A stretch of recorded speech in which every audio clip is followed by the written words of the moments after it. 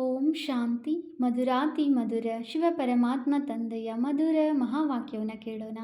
ಇಂದಿನ ಮುರಳಿಯ ದಿನಾಂಕವಾಗಿದೆ 27/11/2025. ಪ್ರಾತಃ ಮುರಳಿ ಬಾಪ್ತಾದ ಮಧುಬನ್.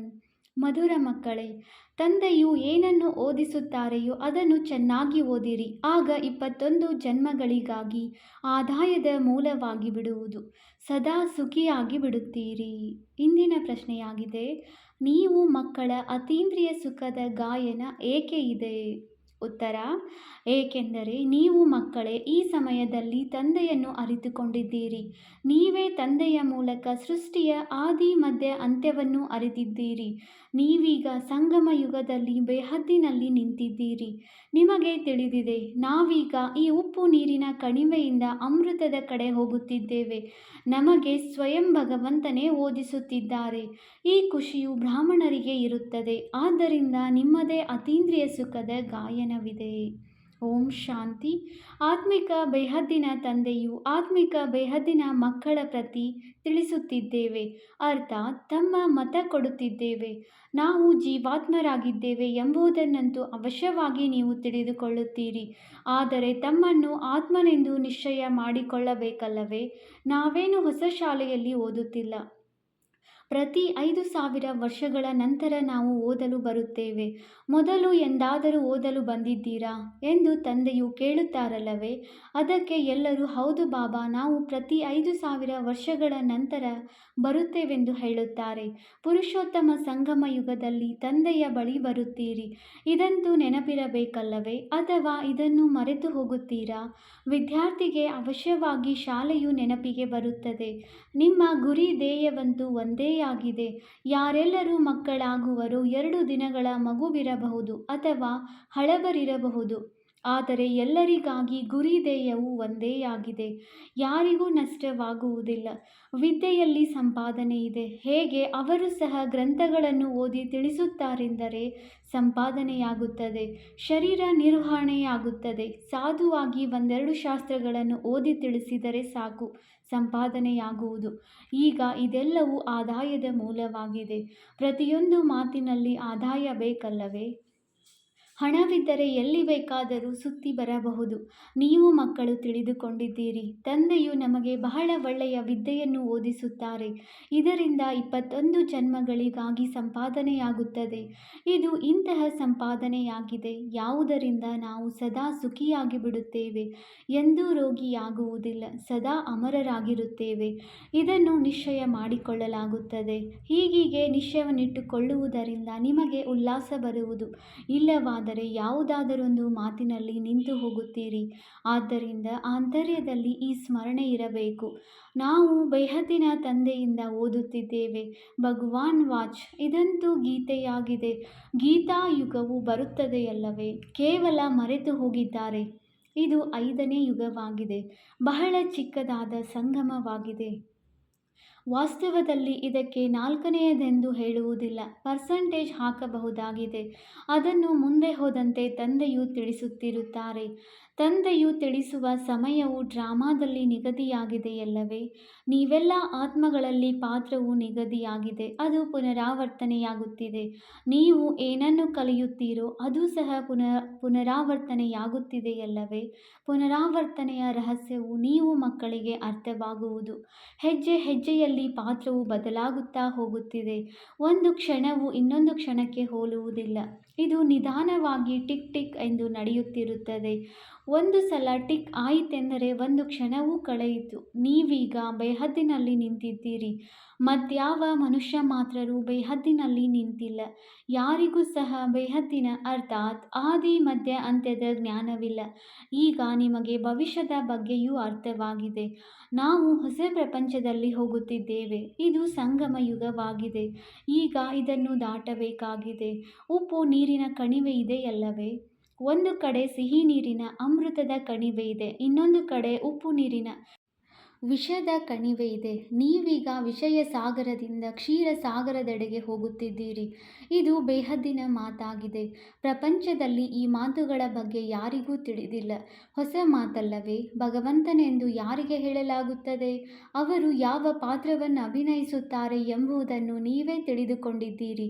ಬನ್ನಿ, ನಾವು ನಿಮಗೆ ಪರಮಪಿತ ಪರಮಾತ್ಮನ ಚರಿತ್ರೆಯನ್ನು ತಿಳಿಸುತ್ತೇವೆಂದು ನೀವು ಭಾಷಣದ ರೂಪದಲ್ಲಿಯೂ ಇದನ್ನು ತಿಳಿಸುತ್ತಾ ಹೋಗಿ. ಹಾಗೆ ಹೇಳುವುದಾದರೆ ಮಕ್ಕಳು ತಂದೆಯ ಚರಿತ್ರೆಯನ್ನು ತಿಳಿಸುತ್ತಾರೆ.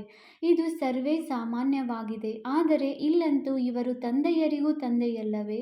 ಇವರನ್ನು ನಿಮ್ಮಲ್ಲಿಯೂ ನಂಬರ್ವಾರು ಪುರುಷಾರ್ಥದನುಸಾರ ಅರಿತುಕೊಂಡಿದ್ದಾರೆ. ನೀವೀಗ ಯಥಾರ್ಥ ರೀತಿಯಲ್ಲಿ ತಂದೆಯ ಪರಿಚಯ ಕೊಡಬೇಕಾಗಿದೆ. ನಿಮಗೂ ಸಹ ತಂದೆಯು ತಿಳಿಸಿದ್ದಾರೆ. ಆದ್ದರಿಂದ ನೀವು ತಿಳಿಸಿಕೊಡುತ್ತೀರಿ. ಮತ್ಯಾರೂ ಬೇಹದ್ದಿನ ತಂದೆಯನ್ನು ಅರಿತುಕೊಂಡಿರಲು ಸಾಧ್ಯವಿಲ್ಲ. ನೀವು ಈ ಸಂಗಮದಲ್ಲಿಯೇ ಅರಿತುಕೊಂಡಿದ್ದೀರಿ. ಮನುಷ್ಯ ಮಾತ್ರರು, ದೇವತೆಗಳಾಗಲಿ, ಶೂದ್ರರಾಗಲಿ, ಪುಣ್ಯಾತ್ಮರಾಗಲಿ, ಪಾಪಾತ್ಮರಾಗಲಿ ಯಾರೂ ತಿಳಿದುಕೊಂಡಿಲ್ಲ. ಕೇವಲ ನೀವು ಬ್ರಾಹ್ಮಣರು ಯಾರು ಸಂಗಮ ಯುಗದಲ್ಲಿದ್ದೀರಿ, ನೀವೇ ಅರಿತುಕೊಳ್ಳುತ್ತಿದ್ದೀರಿ. ಅಂದ ಮೇಲೆ ನೀವು ಮಕ್ಕಳಿಗೆ ಎಷ್ಟೊಂದು ಖುಷಿ ಇರಬೇಕು. ಆದುದರಿಂದಲೇ ಅತೀಂದ್ರಿಯ ಸುಖವನ್ನು ಕೇಳಬೇಕೆಂದರೆ ಗೋಪ ಗೋಪಿಕೆಯರಿಂದ ಕೇಳಿ ಎಂದು ಗಾಯನವಿದೆ. ತಂದೆ ತಂದೆಯೂ ಆಗಿದ್ದಾರೆ, ಶಿಕ್ಷಕ ಸದ್ಗುರುವೂ ಆಗಿದ್ದಾರೆ. ಸುಪ್ರೀಂ ಶಬ್ದವನ್ನು ಅವಶ್ಯವಾಗಿ ಬರೆಯಲೇಬೇಕು. ಕೆಲವೊಮ್ಮೆ ಮಕ್ಕಳು ಮರೆತು ಹೋಗುತ್ತೀರಿ.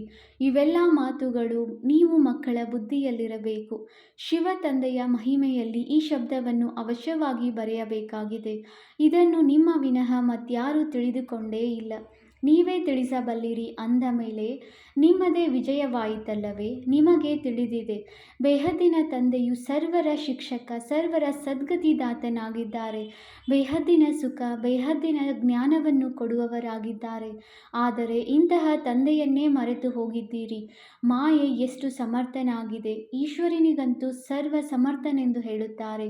ಆದರೂ ಮಾಯೆಯೂ ಕಡಿಮೆಯಿಲ್ಲ. ನೀವು ಮಕ್ಕಳು ಈಗ ನಿಖರವಾಗಿ ತಿಳಿದುಕೊಂಡಿದ್ದೀರಿ. ಇದರ ಹೆಸರೇ ರಾವಣನೆಂದು ಇಟ್ಟಿದ್ದಾರೆ. ರಾಮರಾಜ್ಯ ಮತ್ತು ರಾವಣ ರಾಜ್ಯ. ಇದನ್ನು ಕುರಿತು ನೀವು ಬಹಳ ಚೆನ್ನಾಗಿ ತಿಳಿಸಿಕೊಡಬೇಕು. ರಾಮರಾಜ್ಯವಿದೆ ಎಂದರೆ ಅವಶ್ಯವಾಗಿ ರಾವಣ ರಾಜ್ಯವೂ ಇದೆ. ಸದಾ ರಾಮರಾಜ್ಯವೇ ಇರಲು ಸಾಧ್ಯವಿಲ್ಲ. ರಾಮರಾಜ್ಯ, ಶ್ರೀಕೃಷ್ಣನ ರಾಜ್ಯವನ್ನು ಯಾರು ಸ್ಥಾಪನೆ ಮಾಡುತ್ತಾರೆಂಬುದನ್ನು ಬೇಹದ್ದಿನ ತಂದೆಯೇ ತಿಳಿಸುತ್ತಾರೆ. ನೀವು ಭಾರತ ಖಂಡದ ಬಹಳ ಮಹಿಮೆ ಮಾಡಬೇಕು. ಭಾರತವು ಸತ್ಯ ಖಂಡವಾಗಿತ್ತು. ಎಷ್ಟು ಮಹಿಮೆಯಿತ್ತು! ಆ ರೀತಿ ಮಾಡುವವರು ತಂದೆಯೇ ಆಗಿದ್ದಾರೆ. ತಂದೆಯ ಜೊತೆ ನಿಮಗೆ ಎಷ್ಟೊಂದು ಪ್ರೀತಿ ಇದೆ. ಗುರಿ ಧ್ಯೇಯವು ಬುದ್ಧಿಯಲ್ಲಿದೆ. ಇದು ಸಹ ಗೊತ್ತಿದೆ. ನಾವು ವಿದ್ಯಾರ್ಥಿಗಳಿಗೆ ನಮ್ಮ ವಿದ್ಯೆಯ ನಶೆ ಇರಬೇಕು. ಚಲನೆಯ ಕಡೆ ಗಮನವಿರಬೇಕು. ವಿವೇಕವು ಹೇಳುತ್ತದೆ, ಯಾವಾಗ ಇದು ಈಶ್ವರನ ವಿದ್ಯೆಯಾಗಿದೆ ಅಂದ ಮೇಲೆ ಇದನ್ನು ಒಂದು ದಿನವೂ ತಪ್ಪಿಸಬಾರದು. ಹಾಗೂ ಶಿಕ್ಷಕರು ಬಂದ ನಂತರ ತಡವಾಗಿಯೂ ಬರಬಾರದು. ಶಿಕ್ಷಕರು ಬಂದ ನಂತರ ಬರುವುದು ಸಹ ಶಿಕ್ಷಕರಿಗೆ ಅಗೌರವ ಸೂಚಿಸುವುದಾಗಿದೆ. ಶಾಲೆಯಲ್ಲಿಯೂ ತಡವಾಗಿ ಬಂದರೆ ಅವರನ್ನು ಶಿಕ್ಷಕರು ಹೊರಗಡೆ ನಿಲ್ಲಿಸುತ್ತಾರೆ. ಬ್ರಹ್ಮ ತಂದೆಯು ತಮ್ಮ ಬಾಲ್ಯದ ಉದಾಹರಣೆ ಕೊಡುತ್ತಾರೆ. ನಮ್ಮ ಶಿಕ್ಷಕರು ಬಹಳ ಕಠಿಣವಾಗಿದ್ದರು. ಒಳಗೆ ಬರುವುದಕ್ಕೆ ಬಿಡುತ್ತಿರಲಿಲ್ಲ. ಇಲ್ಲಂತೂ ಅನೇಕ ಮಕ್ಕಳು ತಡವಾಗಿ ಬರುತ್ತಾರೆ. ಸರ್ವಿಸ್ ಮಾಡುವಂತಹ ಮಕ್ಕಳು ಅವಶ್ಯವಾಗಿ ತಂದೆಗೆ ಪ್ರಿಯರಾಗುತ್ತಾರಲ್ಲವೇ? ನೀವೀಗ ತಿಳಿದುಕೊಳ್ಳುತ್ತೀರಿ. ಆದಿ ಸನಾತನ ದೇವಿ ದೇವತಾ ಧರ್ಮವು ಇದೇ ಆಗಿತ್ತಲ್ಲವೇ? ಆದರೆ ಈ ಧರ್ಮವು ಯಾವಾಗ ಸ್ಥಾಪನೆಯಾಯಿತು ಎಂಬುದು ಯಾರ ಬುದ್ಧಿಯಲ್ಲಿಯೂ ಇಲ್ಲ. ನಿಮ್ಮ ಬುದ್ಧಿಯಿಂದಲೇ ಮತ್ತೆ ಮತ್ತೆ ಜಾರಿ ಹೋಗುತ್ತದೆ. ನೀವೀಗ ದೇವಿ ದೇವತೆಗಳಾಗಲು ಪುರುಷಾರ್ಥ ಮಾಡುತ್ತಿದ್ದೀರಿ. ಯಾರು ಓದಿಸುತ್ತಾರೆ? ಸ್ವಯಂ ಪರಮಪಿತ ಪರಮಾತ್ಮ. ನೀವು ತಿಳಿದುಕೊಂಡಿದ್ದೀರಿ. ನಮ್ಮದು ಇದು ಬ್ರಾಹ್ಮಣ ಕುಲವಾಗಿದೆ. ಬ್ರಾಹ್ಮಣರ ರಾಜಧಾನಿ ಇರುವುದಿಲ್ಲ. ಇದು ಸರ್ವೋತ್ತಮ ಬ್ರಾಹ್ಮಣ ಕುಲವಾಗಿದೆ. ತಂದೆಯು ಸರ್ವೋತ್ತಮನಲ್ಲವೇ? ಸರ್ವಶ್ರೇಷ್ಠನೆಂದ ಮೇಲೆ ಅವರ ಸಂಪಾದನೆಯು ಸರ್ವಶ್ರೇಷ್ಠವಾಗಿರುವುದು. ಅವರಿಗೆ ಶ್ರೀ ಶ್ರೀ ಎಂದು ಹೇಳುತ್ತಾರೆ. ನಿಮ್ಮನ್ನು ಸಹ ಶ್ರೇಷ್ಠರನ್ನಾಗಿ ಮಾಡುತ್ತಾರೆ. ನೀವು ಮಕ್ಕಳೇ ತಿಳಿದುಕೊಂಡಿದ್ದೀರಿ. ನಮ್ಮನ್ನು ಶ್ರೇಷ್ಠರನ್ನಾಗಿ ಮಾಡುವವರು ಯಾರು? ಮತ್ಯಾರಿಗೂ ತಿಳಿದಿಲ್ಲ. ಅವರು ನಮ್ಮ ತಂದೆಯೂ ಆಗಿದ್ದಾರೆ, ಶಿಕ್ಷಕ ಸದ್ಗುರುವೂ ಆಗಿದ್ದಾರೆ, ಓದಿಸುತ್ತಿದ್ದಾರೆ. ನಾವಾತ್ಮರಾಗಿದ್ದೇವೆ, ನೀವು ನನ್ನ ಸಂತಾನರಾಗಿದ್ದೀರಿ ಎಂದು ತಂದೆಯು ನಮಗೆ ಸ್ಮೃತಿ ತರಿಸಿದ್ದಾರೆ. ವಿಶ್ವ ಭಾತೃತ್ವವಲ್ಲವೇ? ಎಲ್ಲರೂ ತಂದೆಯನ್ನು ನೆನಪು ಮಾಡುತ್ತಾರೆ. ಅವರು ನಿರಾಕಾರಿ ತಂದೆಯಾಗಿದ್ದಾರೆ ಎಂಬುದು ತಿಳಿದಿದೆ ಅಂದ ಮೇಲೆ ಅವಶ್ಯವಾಗಿ ಆತ್ಮನಿಗೂ ನಿರಾಕಾರಿ ಎಂದು ಹೇಳಲಾಗುವುದು. ಆತ್ಮವೇ ಒಂದು ಶರೀರವನ್ನು ಬಿಟ್ಟು ಇನ್ನೊಂದನ್ನು ತೆಗೆದುಕೊಳ್ಳುತ್ತದೆ, ಪಾತ್ರವನ್ನು ಅಭಿನಯಿಸುತ್ತದೆ. ಆದರೆ ಮನುಷ್ಯರು ಆತ್ಮನ ಬದಲು ಶರೀರವೆಂದು ತಿಳಿಯುತ್ತಾರೆ. ನಾನಾತ್ಮನಾಗಿದ್ದೇನೆ ಎಂಬುದನ್ನೇ ಮರೆತು ಹೋಗುತ್ತಾರೆ. ಆದರೆ ನಾನೆಂದೂ ಮರೆಯುವುದಿಲ್ಲ. ನೀವಾತ್ಮಗಳೆಲ್ಲರೂ ಸಾಲಿಗ್ರಾಮಗಳಾಗಿದ್ದೀರಿ. ನಾನು ಪರಮಪಿತ ಅರ್ಥಾತ್ ಪರಮ ಆತ್ಮನಾಗಿದ್ದೇನೆ. ತಂದೆಗೆ ಮತ್ಯಾವುದೇ ಹೆಸರಿಲ್ಲ. ಆ ಪರಮ ಆತ್ಮನ ಹೆಸರಾಗಿದೆ ಶಿವ. ನೀವು ಸಹ ಅದೇ ರೀತಿಯ ಆತ್ಮಗಳಾಗಿದ್ದೀರಿ. ಆದರೆ ನೀವೆಲ್ಲರೂ ಸಾಲಿಗ್ರಾಮಗಳಾಗಿದ್ದೀರಿ. ಶಿವನ ಮಂದಿರದಲ್ಲಿ ಹೋಗುತ್ತೀರಿ, ಅಲ್ಲಿಯೂ ಬಹಳಷ್ಟು ಸಾಲಿಗ್ರಾಮಗಳನ್ನಿಟ್ಟಿರುತ್ತಾರೆ. ಶಿವನ ಪೂಜೆ ಮಾಡುವಾಗ ಸಾಲಿಗ್ರಾಮಗಳಿಗೂ ಮಾಡುತ್ತಾರಲ್ಲವೇ? ಆದ್ದರಿಂದ ತಂದೆಯು ತಿಳಿಸಿದ್ದಾರೆ, ನೀವಾತ್ಮ ಮತ್ತು ಶರೀರ ಎರಡಕ್ಕೂ ಪೂಜೆ ನಡೆಯುತ್ತದೆ. ನನಗಾದರೆ ಕೇವಲ ಆತ್ಮಕ್ಕೆ ಮಾತ್ರ ಪೂಜೆಯು ನಡೆಯುತ್ತದೆ.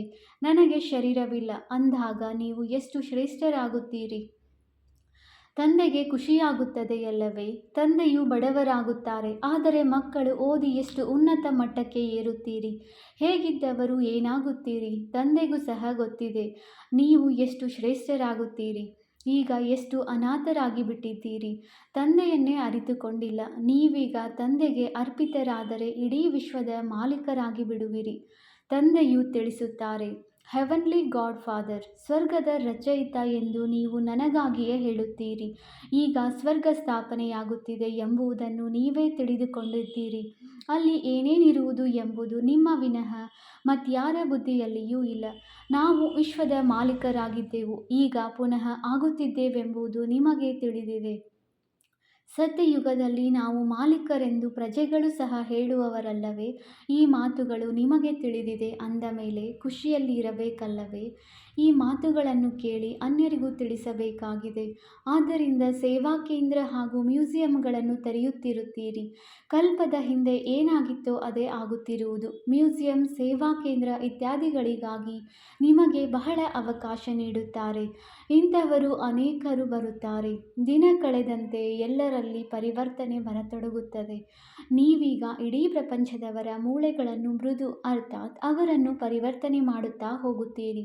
ನಿಮ್ಮ ಯೋಗದಲ್ಲಿ ಇಷ್ಟು ಪ್ರಬಲ ಶಕ್ತಿ ಇದೆ. ತಂದೆಯು ತಿಳಿಸುತ್ತಾರೆ, ನಿಮ್ಮಲ್ಲಿ ಬಹಳ ಶಕ್ತಿ ಇದೆ. ನೀವು ಯೋಗದಲ್ಲಿದ್ದು ಭೋಜನವನ್ನು ತಯಾರಿಸಿ ಹಾಗೂ ತಿನ್ನಿಸಿ, ಆಗ ಅವರ ಬುದ್ಧಿಯು ಈ ಕಡೆ ಸೆಳೆಯುವುದು. ಭಕ್ತಿ ಮಾರ್ಗದಲ್ಲಂತೂ ಗುರುಗಳ ಎಂಜಲು ಅನ್ನವನ್ನು ತಿನ್ನುತ್ತಾರೆ. ನೀವು ಮಕ್ಕಳು ತಿಳಿದುಕೊಂಡಿದ್ದೀರಿ. ಭಕ್ತಿ ಮಾರ್ಗದ ವಿಸ್ತಾರವು ಬಹಳಷ್ಟಿದೆ. ಅದರ ವರ್ಣನೆ ಮಾಡಲು ಸಾಧ್ಯವಿಲ್ಲ. ಇದು ಬೀಜ, ಅದು ವೃಕ್ಷವಾಗಿದೆ. ಬೀಜದ ವರ್ಣನೆ ಮಾಡಬಹುದು, ಆದರೆ ವೃಕ್ಷದ ಎಲೆಗಳೆಲ್ಲವನ್ನೂ ಎಣಿಕೆ ಮಾಡಿ ಎಂದು ಯಾರಿಗಾದರೂ ಹೇಳಿದರೆ ಅದು ಎಣಿಕೆ ಮಾಡಲು ಸಾಧ್ಯವಿಲ್ಲ. ಏಕೆಂದರೆ ಲೆಕ್ಕವಿಲ್ಲದಷ್ಟು ಎಲೆಗಳಿರುತ್ತವೆ. ಬೀಜವಂತೂ ಸಾರ ರೂಪದಲ್ಲಿರುತ್ತದೆ. ಅದ್ಭುತವಲ್ಲವೇ? ಇದಕ್ಕೆ ಸೃಷ್ಟಿ ಎಂದು ಹೇಳುತ್ತಾರೆ. ಜೀವ ಜಂತುಗಳು ಎಷ್ಟೊಂದು ಅದ್ಭುತವಾಗಿವೆ. ಅನೇಕ ಪ್ರಕಾರದ ಕೀಟಗಳಿವೆ. ಇವು ಹೇಗೆ ಹುಟ್ಟುತ್ತವೆ? ಇದು ಬಹಳ ಅದ್ಭುತ ನಾಟಕವಾಗಿದೆ. ಇದಕ್ಕೆ ಪ್ರಕೃತಿ ಎಂದು ಹೇಳಲಾಗುತ್ತದೆ. ಇದು ಮಾಡಲ್ಪಟ್ಟ ಆಟವಾಗಿದೆ. ಸತ್ಯಯುಗದಲ್ಲಿ ಏನೇನು ನೋಡುತ್ತೀರಿ ಎಲ್ಲವೂ ಹೊಸದಾಗಿರುತ್ತದೆ. ನವಿಲಿಗಾಗಿ ತಂದೆಯು ತಿಳಿಸಿದ್ದಾರೆ. ನವಿಲು ಭಾರತದ ರಾಷ್ಟ್ರ ಪಕ್ಷಿ ಎಂದು ಹೇಳುತ್ತಾರೆ. ಏಕೆಂದರೆ ಶ್ರೀಕೃಷ್ಣನ ಕಿರೀಟದಲ್ಲಿ ನವಿಲುಗರಿಯನ್ನು ತೋರಿಸುತ್ತಾರೆ. ನವಿಲು ಬಹಳ ಸುಂದರ ಪಕ್ಷಿಯಾಗಿದೆ. ಅದರ ಗರ್ಭಧಾರಣೆಯೂ ಸಹ ಕಣ್ಣೀರಿನಿಂದ ಆಗುತ್ತದೆ. ಆದ್ದರಿಂದ ಅದಕ್ಕೆ ರಾಷ್ಟ್ರ ಪಕ್ಷಿ ಎಂದು ಹೇಳುತ್ತಾರೆ. ಇಂತಹ ಸುಂದರ ಪಕ್ಷಿಗಳು ವಿದೇಶದ ಕಡೆಯೂ ಇರುತ್ತವೆ. ಈಗ ನೀವು ಮಕ್ಕಳಿಗೆ ಇಡೀ ಸೃಷ್ಟಿಯ ಆದಿ ಮಧ್ಯ ಅಂತ್ಯದ ರಹಸ್ಯವನ್ನು ತಿಳಿಸಿದ್ದೇನೆ. ಇದು ಮತ್ಯಾರಿಗೂ ತಿಳಿದಿಲ್ಲ. ಎಲ್ಲರಿಗೆ ಹೇಳಿ, ನಾವು ನಿಮಗೆ ಪರಮಪಿತ ಪರಮಾತ್ಮನ ಚರಿತ್ರೆಯನ್ನು ತಿಳಿಸುತ್ತೇವೆ. ರಚಯಿತನಿರುವುದೆಂದರೆ ಅವಶ್ಯವಾಗಿ ಅವರ ರಚನೆಯೂ ಇರುವುದು. ಅದರ ಇತಿಹಾಸವನ್ನು ನಾವು ತಿಳಿದುಕೊಂಡಿದ್ದೇವೆ. ಸರ್ವಶ್ರೇಷ್ಠ ಬೇಹದ್ದಿನ ತಂದೆಯ ಪಾತ್ರವೇನು ಎಂಬುದನ್ನು ನಾವು ತಿಳಿದಿದ್ದೇವೆ. ಪ್ರಪಂಚದವರಿಗೆ ಏನೂ ತಿಳಿದಿಲ್ಲ. ಇದು ಬಹಳ ಚೀಚಿ ಪ್ರಪಂಚವಾಗಿದೆ. ಈ ಸಮಯದಲ್ಲಿ ಸೌಂದರ್ಯವಿದ್ದರೂ ಕಷ್ಟ. ಕುಮಾರಿಯರನ್ನು ನೋಡಿ ಹೇಗೆ ಓಡಿಸಿಕೊಂಡು ಹೋಗುತ್ತಾರೆ. ನೀವು ಮಕ್ಕಳಿಗೆ ಈ ವಿಕಾರಿ ಪ್ರಪಂಚದೊಂದಿಗೆ ತಿರಸ್ಕಾರವಿರಬೇಕು. ಇದು ಚೀಚಿ ಪ್ರಪಂಚ, ಚೀಚಿ ಶರೀರವಾಗಿದೆ. ನಾವಂತೂ ಈಗ ತಂದೆಯನ್ನು ನೆನಪು ಮಾಡಿ ನಾವಾತ್ಮರನ್ನು ಪವಿತ್ರವನ್ನಾಗಿ ಮಾಡಿಕೊಳ್ಳಬೇಕಾಗಿದೆ. ನಾವು ಸತೋಪ್ರಧಾನರಾಗಿದ್ದೆವು, ಸುಖಿಯಾಗಿದ್ದೆವು. ಈಗ ತಮೋಪ್ರಧಾನರಾಗಿದ್ದೇವೆ, ಆದ್ದರಿಂದ ದುಃಖಿಯಾಗಿದ್ದೇವೆ. ಈಗ ಪುನಃ ಸತೋಪ್ರಧಾನರಾಗಬೇಕಾಗಿದೆ. ನಾವು ಪತಿತರಿಂದ ಪಾವನರಾಗಬೇಕೆಂದು ನೀವು ಬಯಸುತ್ತೀರಿ. ಪತಿತ ಪಾವನ ಎಂದು ಬಲೆಹಾಡುತ್ತಾರೆ, ಆದರೆ ಈ ಪತಿತ ಪ್ರಪಂಚದೊಂದಿಗೆ ತಿರಸ್ಕಾರವೇ ಬರುವುದಿಲ್ಲ. ನಿಮಗೆ ತಿಳಿದಿದೆ, ಇದು ಚೀಚಿ ಪ್ರಪಂಚವಾಗಿದೆ. ಹೊಸ ಪ್ರಪಂಚದಲ್ಲಿ ನಮಗೆ ಶರೀರವು ಪವಿತ್ರವಾದದ್ದು ಸಿಗುವುದು. ನಾವೀಗ ಅಮರಪುರಿಯ ಮಾಲೀಕರಾಗುತ್ತಿದ್ದೇವೆ. ಅಂದಾಗ ಮಕ್ಕಳಿಗೆ ಸದಾ ಖುಷಿ, ಹರ್ಷಿತ ಮುಖಿಯಾಗಿರಬೇಕು. ನೀವು ಬಹಳ ಮಧುರ ಮಕ್ಕಳಾಗಿದ್ದೀರಿ. ತಂದೆಯು 5000 ವರ್ಷಗಳ ನಂತರ ಪುನಃ ಅದೇ ಮಕ್ಕಳೊಂದಿಗೆ ಮಿಲನ ಮಾಡುತ್ತಾರೆ. ಅಂದ ಮೇಲೆ ಅವಶ್ಯವಾಗಿ ನಾನು ಪುನಃ ಮಿಲನ ಮಾಡಲು ಬಂದಿದ್ದೇನೆಂದು ಖುಷಿಯಾಗುತ್ತದೆಯಲ್ಲವೇ? ಒಳ್ಳೆಯದು. ಮಧುರಾತಿ ಮಧುರ ಅಗಲಿ ಹೋಗಿ ಮರಳಿ ಸಿಕ್ಕಿರುವ ಮಕ್ಕಳ ಪ್ರತಿ ಮಾತಾಪಿತೆ ಬಾಪ್ದಾದಾರವರ ನೆನಪು, ಪ್ರೀತಿ ಹಾಗೂ ಸುಪ್ರಭಾತ. ಆತ್ಮಿಕ ಮಕ್ಕಳಿಗೆ ಆತ್ಮಿಕ ತಂದೆಯ ನಮಸ್ತೆ. ನಾವು ಆತ್ಮಿಕ ಮಕ್ಕಳಿಂದ ಆತ್ಮಿಕ ತಂದೆಗೆ ನೆನಪು, ಪ್ರೀತಿ ಹಾಗೂ ನಮಸ್ತೆ ನಮಸ್ತೆ ನಮಸ್ತೆ.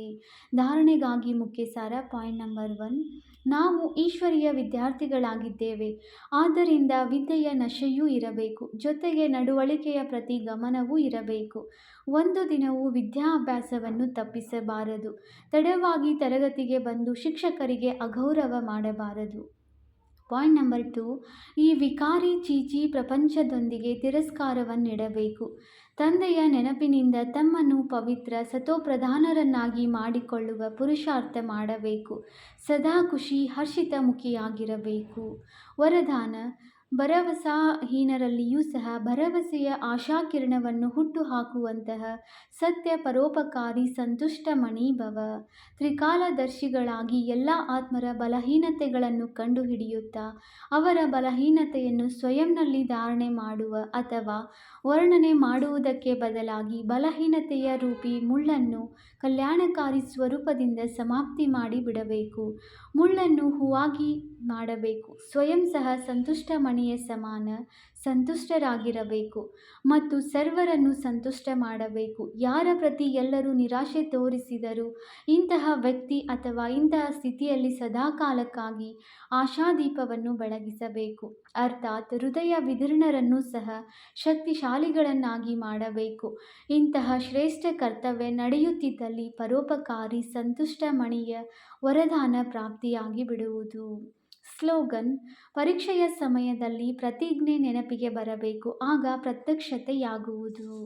ಅವ್ಯಕ್ತ ಸೂಚನೆ: ಅಶರೀರಿ ಅಥವಾ ವಿದೇಹಿ ಸ್ಥಿತಿಯ ಅಭ್ಯಾಸ ಹೆಚ್ಚಿಸಿ.